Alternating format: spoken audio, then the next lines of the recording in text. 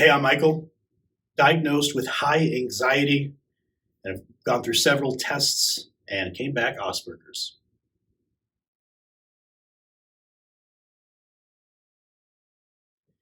Growing up wasn't always easy. I'm the oldest of three boys. My mom had a daycare, so attention was always strewn without all the kids. It wasn't, I didn't get the attention that I thought I needed, right?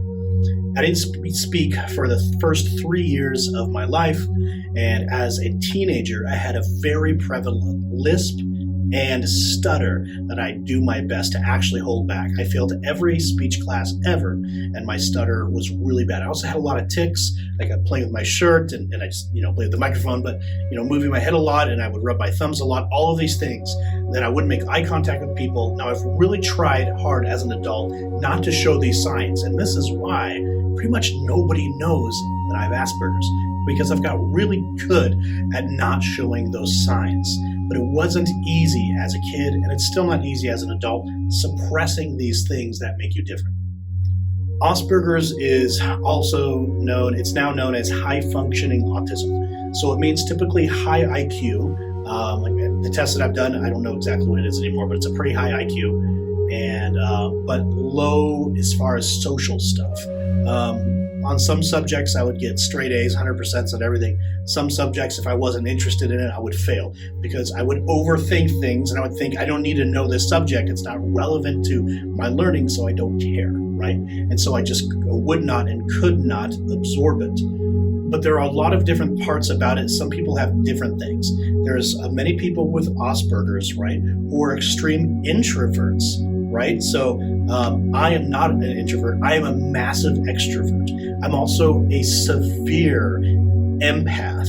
I feel other people's feelings, and it actually turns off and on. So autism means you don't really see from someone else's perspective. I will get in certain points where I turn that on, and I can be an extreme empath where I can literally feel their emotion and almost hear the things that they're trying to say that they're not saying. I study facial expressions, I study body language, and I can talk to them and I can glean from them without doing anything. This has actually made me a really good kitchen designer. I see colors other people don't see. I hear sounds other people don't hear. I smell things. I feel textures. I feel vibrations that other people just don't. I see more colors than the average woman, and the average woman sees more colors than the average guy. So it's made me a great kitchen designer. As far as like business and personal coaching, and as far as being a social worker and a foster parent, I've got 5 certifications, and working with children in trauma, I can actually turn on this ability to read somebody so well that I can really read their mail and figure them out better than they've ever figured out themselves, and help point them to a better direction in life. So autistic people typically do not have that ability. Autistic people are really about self, and you see different people have different ways of operating. But autism is so mysterious. It's on this full other side of the spectrum. We're talking Elon Musk, Albert Einstein, most likely Steve Jobs. There are so many people that have changed this world that were complete outcasts and really bad at relationships and really bad at social settings and communication. But because they think so differently, they were able to, think outside the box. I don't have a box. Come outside your comfort zone. I don't have a comfort zone. So it's a whole different way of thinking and living life. A lot of us do.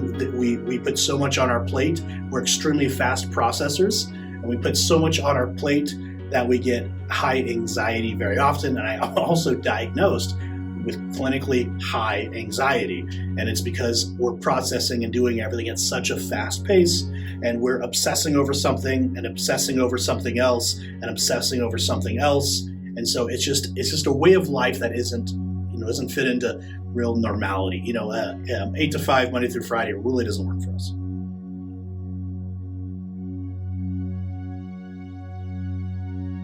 If you have ever had to sneeze and you hold it back and the sneeze is in there and you're kind of like, right, you want to sneeze, that's like somebody with Asperger's trying to hold back their tics. So moving my neck, playing with my shirt, stretching out my shirt, different things. I used to grunt all the time, all through high school and middle school. like always clearing my throat. And I just got made fun of enough that I didn't want to do those things anymore. So I tried really hard, but at a certain point, it builds up in you and you kind of go crazy a little bit because it's like holding in a sneeze throughout a conversation. It's not easy. One thing about autism, which is interesting, it comes from autoism, which means an ism or state of being of the self, right? So what it means is I usually focus on myself in conversation. I don't even notice when I've interrupted somebody. I don't notice how long I can talk for 10 minutes and you've talked for 1 minute, and I honestly don't even know. Sometimes I could be in your face and I don't even know that I'm in your space bubble. Sometimes I'm not catching emotions and different things. It's an ism of the self. We don't really see social cues from other people. But we also are very obsessive about things. It's, ADHD and OCD are very, very common parts of it. So what I did was I decided to obsess about what makes me fit in, what makes me normal. And it's something where it actually overrides my brain that if I'm around somebody with a Southern accent, even if I don't try to, when I try not to, I start picking up that accent. So it's fairly easy for me to learn other languages. If I'm saying a sentence in Russian around Russian speakers. Now, I don't speak fluent Russian, but the stuff that I know, they're like, you have no American accent, because I absorb that and I create that. And a lot of famous people have done this. There was a kid and his mom poured dish soap down his throat, made him throw up all the time, beat his brothers. He was just starved, he was beaten, he had a terrible childhood. So he invented this, his name was Anthony, and he invented a persona, right? He called it Tony Robbins. And he said, Tony Robbins is a big, strong guy who doesn't let anybody mess with him. He's bold, he's not poor, he's fierce. He created that persona and stepped into that persona. So the Tony Robbins everybody knows today is a created individual. And that's kind of what I did, is I wanted to create a person without tics, without these different weird fidgeting issues, without the problems, without, sometimes I have too much eye contact because I know that some people, they don't do eye contact. So I will go so far as to create almost like a completely different person, whether I like him or not. I want him to be popular and I want him to fit in, so I wear his shoes.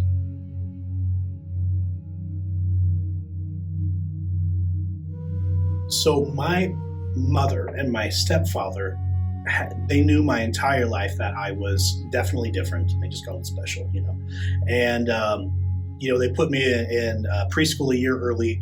They put me in, I was just turned 4 years old, and I was in kindergarten when everybody was 5 and then turning 6. So I started school early. They had me in higher programs.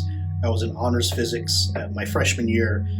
By my junior year, I'd actually written a class and I was teaching animation and design at my high school. I took it to the school board and wrote the curriculum and taught it my senior year. So I've always been in high functioning positions. I was in the missions field at 13. I did my first sermon at 14. I read the whole Bible when I was 7. So just my parents knew that there was something there, but they didn't want to explore. And I talked to my parents about this recently. They didn't want to explore autism because it was really looked down upon. It was shunned. It was something like there's something wrong with this kid. In years past, people would literally disown the kid. JFK had a brother that really nobody knows about. They actually had him have a lobotomy, and he was put into basically a holding cell for his entire life because JFK probably wouldn't have been elected president if people knew about his mentally handicapped or his retarded brother. And his brother literally was just a little different, but it was so not being normal, is so shunned. My parents didn't want to put me in that situation. Now, I was declared depressed at 13. I was suicidal. I did see a lot of counseling about that. And a lot of those dynamics were just trying to be like the other kids and not being like the other kids. And I didn't know how to handle it.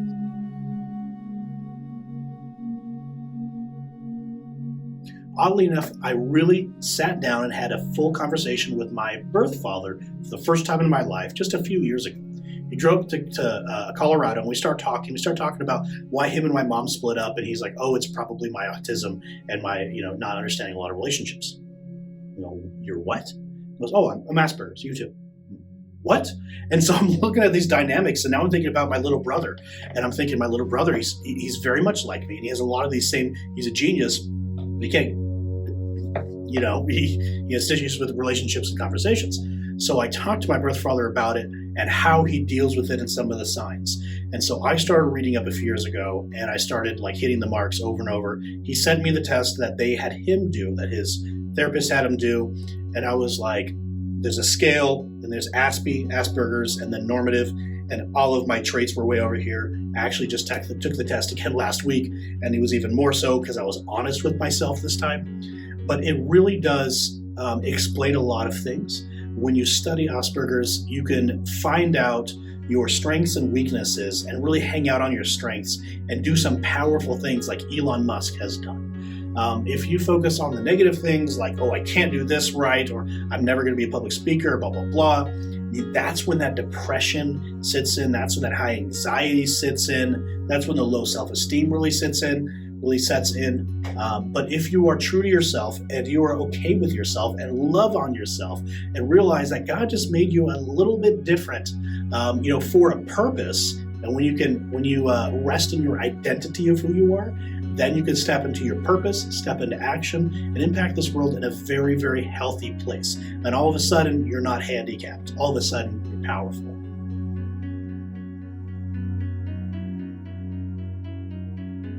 I can't imagine a life much different.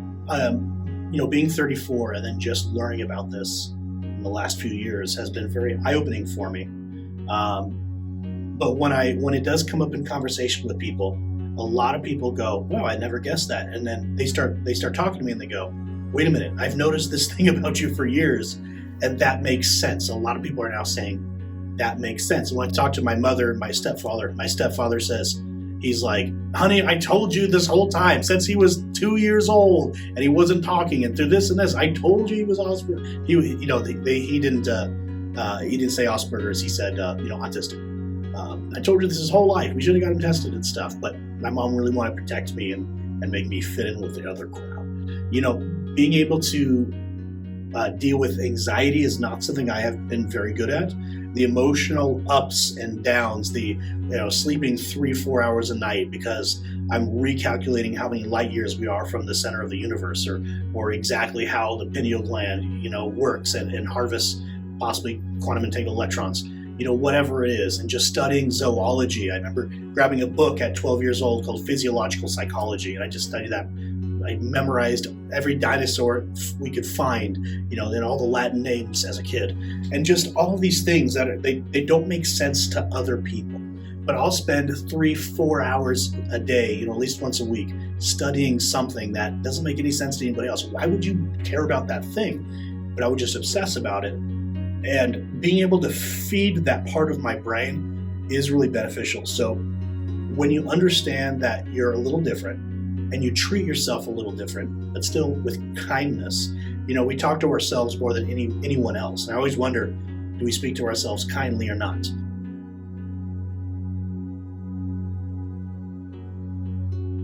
So like a good friend said today, never be content with who you are today, because you can always be better. You always have more potential.